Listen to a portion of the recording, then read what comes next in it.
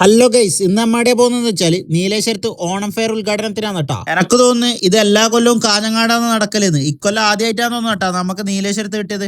അങ്ങനെ നമ്മൾ നീലേശ്വരം എത്തിയട്ടാ. ആടെ എത്തുമ്പോണ്ട് ആടത്തെ മെയിൻ സെലിബ്രിറ്റി അൽജോ ട്രിക്സ് കൂടാണ്ട് ഫുഡികൾ ഉണ്ടായിട്ടാ. ഇത് തൃക്കരിപ്പുരത്തെ സെലിബ്രിറ്റി. പിന്നെ അവിടെ ഉദ്ഘാടനം നടന്നട്ടോ. ഉദ്ഘാടനം നടത്തിയത് നമ്മുടെ ബഹുമാനപ്പെട്ട MP രാജ്മോഹൻ ഉണ്ണിത്താനാണ്. ഫോൺ ചെയ്ത സമയത്ത് ഞാൻ അവരോട് അഭ്യർത്ഥിച്ചു, എന്തുകൊണ്ട് ഒരു മാറ്റം ആയിക്കൂടാ, നിരന്തരമായി ഒരു സ്ഥലത്ത് നടക്കും ഒരവസരം തൃക്കരിപ്പൂർ നിയോജകമണ്ഡലത്തിന് കൂടി നൽകണം എന്ന് ഞാൻ അഭ്യർത്ഥിക്കുകയുണ്ടായി.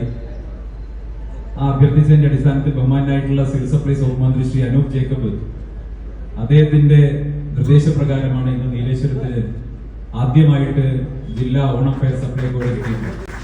അങ്ങനെ ഉദ്ഘാടന പരിപാടിയെല്ലാം കഴിഞ്ഞ് നേരെ നമ്മൾ ഹാളിലേക്ക് കയറിയ അപ്പൊ കാട് ലഡു എല്ലാം വിതരണം നടക്കുന്നുണ്ട്. ഒരുപാട് ഐറ്റംസ് ഉണ്ട് കേട്ടോ. സപ്ലൈകോന്റെ ശബരി പ്രോഡക്റ്റിലാണ് കൂടുതലുള്ളത്. 10-13 ഐറ്റംസിനോളം സബ്സിഡി ഉണ്ട് കേട്ടോ. പിന്നെ കൂടാണ്ട് തന്നെ അത്തം കിറ്റ്, അതേപോലെ തന്നെ ഉത്രാടം കിറ്റ്, തിരുവോണം കിറ്റെല്ലാം ഉണ്ട്. 1000, 1500, 2000 രൂപ മുതലാണുള്ളത്. അങ്ങനെ ഞാൻ MLA-നോട് യാത്ര പറഞ്ഞിട്ട് ഇടുന്ന് ഇറങ്ങാന്ന് വിചാരിച്ചേ. MLA നമ്മളെ തൃക്കരിപ്പൂരിന് വേണ്ടിയിട്ട് ഒരുപാട് കാര്യങ്ങൾ ചെയ്യുന്നുണ്ട് കേട്ടോ.